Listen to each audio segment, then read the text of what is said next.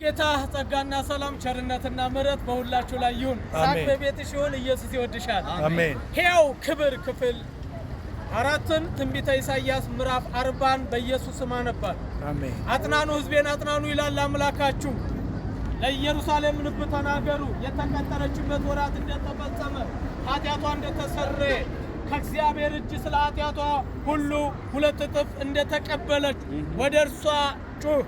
አሜን።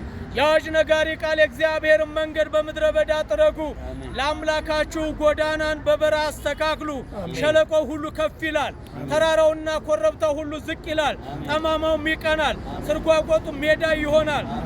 የእግዚአብሔር ክብር ይገለጣል። በምድራችን ላይ የእግዚአብሔር ክብር ይገለጣል። ሥጋ ለባሽ ሁሉ በአንድነት ያየዋል። የእግዚአብሔርም አፍ ይህንን ተናግሯልና አሜን። አሜን። ሌላ ነገር አትጠብቅ። ኢየሱስ በምድራችን ላይ ከብሮ ይታያል። ኢየሱስ ደምቆ ይታያል። አሜን።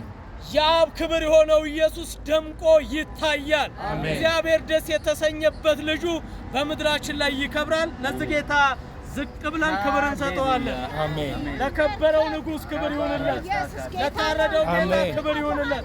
ማንቶኮሲ ከዳዲል አሉ ከራሃቶጂና ማንቶኮሲያ አቤቱ እግዚአብሔር ሆይ እናመሰግንሃለን። አሜን። ክብር ላንተ ይሁን። አሜን። ክብር ላንተ ይሁን። አሜን። ኢየሱስ ለዘላለም ጌታ ነው። አሜን። ሃሌሉያ። ክብር በጭብጨባ ለኢየሱስ ይሁን። ኢየሱስ ጌታ ነው። ክብር ይሁንለት። ለታረደው በግ ላዳነን ጌታ ክብር ይሁንለት። አሜን። ከኔ ይልቅ እጅግ የተወደደ አባቴ